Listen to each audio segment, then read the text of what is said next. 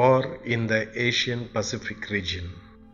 Japan had entertained visions of glorious empire, very much on the same lines as Hitler.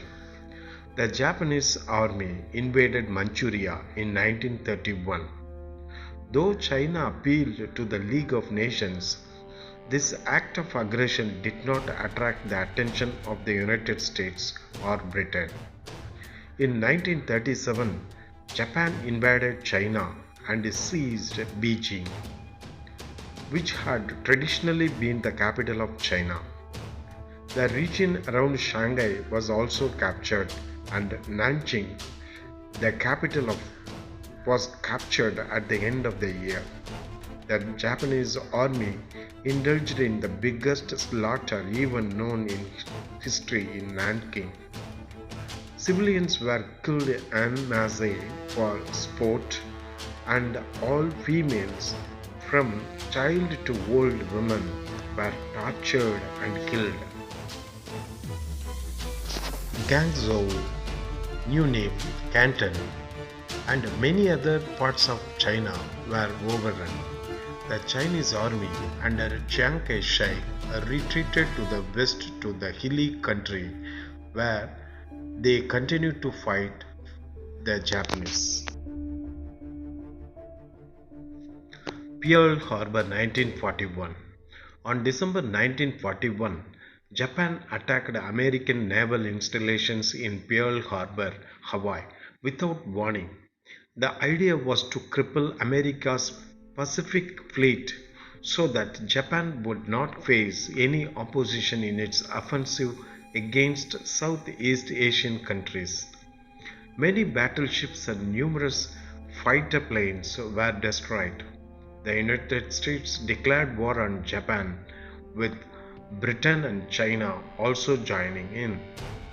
This brought together both the Asia Pacific and the European war into one common cause. Most importantly, it brought the United States with its enormous resource into the war as a part of the Allies. Battle of Midway and Battle of Guadalcanal, 1942. The US Navy defeated the Japanese Navy in the Battle of Midway, which turned the tide in favor of Allies. The Battle of Guadalcanal in the Solomon Islands was a combined offensive involving the Army and the Navy and lasted for several months. Both were crushing defeats for the Japanese. After this, American forces were able to retake the Philippines. Gradually, the Japanese were thrown out of most of their conquered territories. In 1944, the combined British and Indian armies were able to push back the Japanese who attempted to invade the northeast of Hiroshima and Nagasaki, August 1945. As a top secret project using the latest scientific advances, the US developed an atomic bomb immensely more powerful than conventional explosives. The Japanese generals refused to surrender, and finally the US dropped an atomic bomb on Hiroshima. As the Japanese still refused to surrender, another atom bomb was dropped on Nagasaki. Japan ultimately announced surrender on 15th August 1945 and formally signed 2 September 1945, bringing an end to World War. Holocaust and its fallout. After Hitler came to power, the Jews were persecuted in many ways. They were deprived of their civil rights. Their properties were confiscated and many were confined to ghettos. Eventually, the Nazis came up with the notion of the final solution, which was to exterminate the Jews completely. The word Holocaust is used to describe the genocide of nearly 6 million Jews by Germans during World War II. Annihilating the Jews was one of the main items on the political agenda of Hitler and the Nazis. Hitler was able to play on the anti-Jewish feelings which were common in Germany, and in fact throughout Europe Jews were scattered all across Europe, and many had become prominent in business, in performing arts and professional fields. Money lending was a major business activity among Jews, and this strengthened the prejudice against them. Shakespeare's play, The Merchant of Venice, clearly depicts the dislike and distrust of Jews among the people. New International Order. By 1941, the United States and Britain began to give serious consideration to the need for international cooperation for achieving lasting peace among all nations. International economic and financial stability were also important objectives. All these would need international organizations with members of the various nations across the world working together for these common objectives. This ultimately resulted in the establishment of the United Nations, the World Bank, and the International Monetary Fund, with many associated organizations which deal with the basic issues of importance for all societies and countries. United Nations. The first initiative for the United Nations came from the United States and Britain in 1941, when they issued a joint declaration known as the Atlantic Charter. This declaration of the United Nations was accepted by all the 26 countries which were fighting against the Axis powers.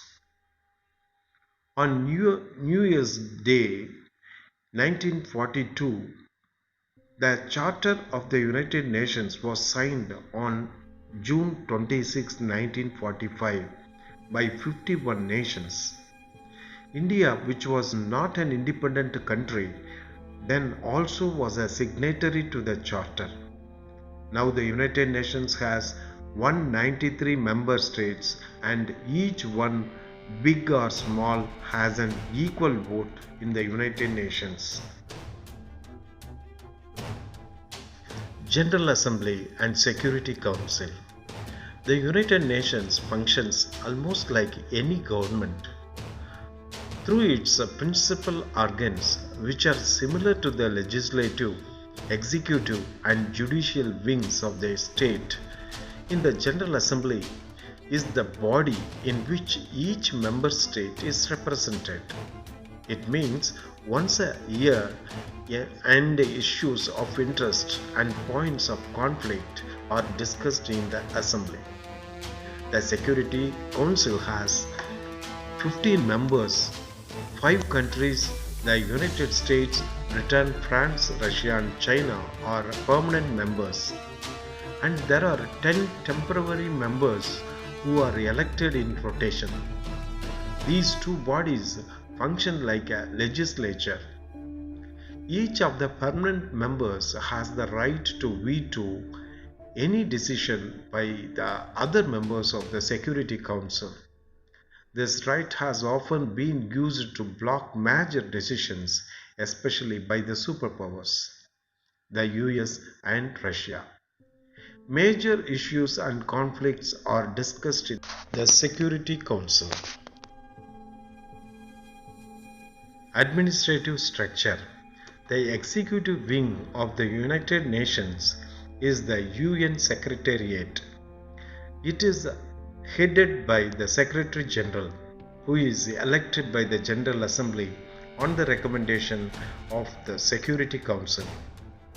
The Secretary General, along with his cabinet and other officials, run the United Nations. The International Court of Justice, headquartered at The Hague in Holland, is the judicial wing of the United Nations.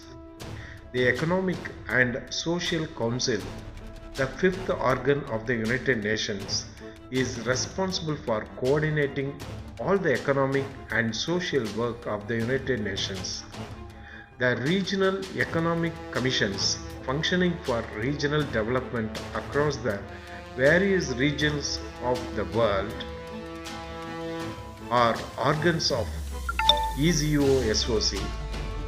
They have been very successful and have been headed by eminent economists like Gunnar Myrdal.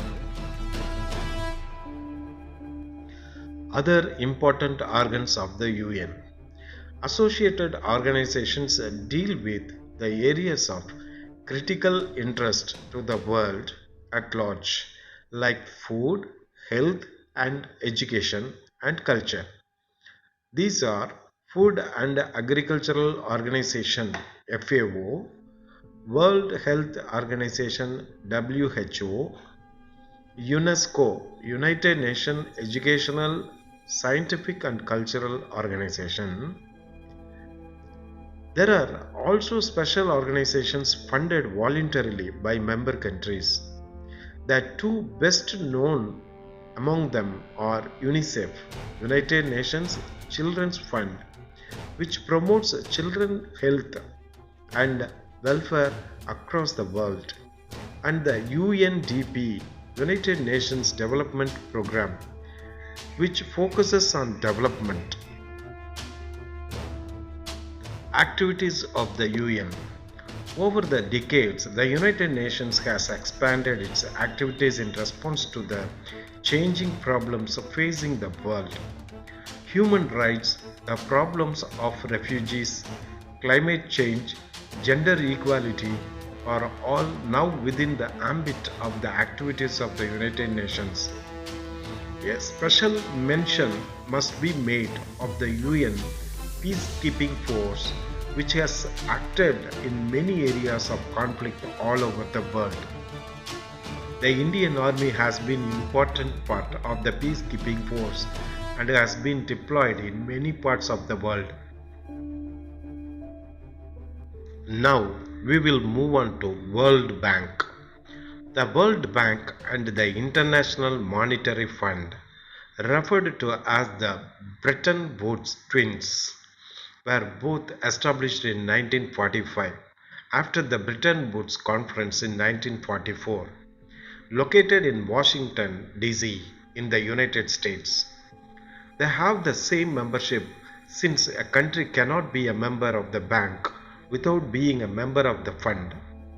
The two main organs of the World Bank are the International Bank of Reconstruction and Development (IBRD) and the International Development Agency (IDA). Together, they are often referred to as the World Bank. The main responsibility of the IBRD in the initial years was to fund the reconstruction activities under the Marshall Plan in the European countries devastated by the war. International Monetary Fund. The International Monetary Fund was primarily the brainchild of Harry Dexter White and John Maynard Keynes, the famous economist. It was formally organized in 1945 with 29 member countries. It now has a membership of 189 countries. Its primary objective is to ensure financial stability and development across the world. The main agenda is to promote international monetary cooperation, expansion of international trade, and exchange stability. The fund lends money from its resources to countries facing balance of payments problems. It, however, imposes stringent conditions on the borrowing nations to tighten their budgets, practice fiscal prudence, and reduce their expenditure. This is often unpopular, especially among the developing countries, which may have to cut down on various programs which provide subsidies to the people. Post-war welfare states in Europe. The term welfare state refers to the concept that the government is responsible for the social and economic welfare of the people. thus expanding the role of the state beyond providing defense and maintaining law and order. In 1942, the report, commonly known as the Beveridge Report, was published in the United Kingdom, which proposed a series of measures which the government should adopt to provide citizens with adequate income, healthcare, education, housing, and employment to overcome poverty and disease, which were the major impediments to general welfare. After the war, the Labour Party was voted into power in Britain. It promised to undertake steps to look after the people from the cradle to the grave.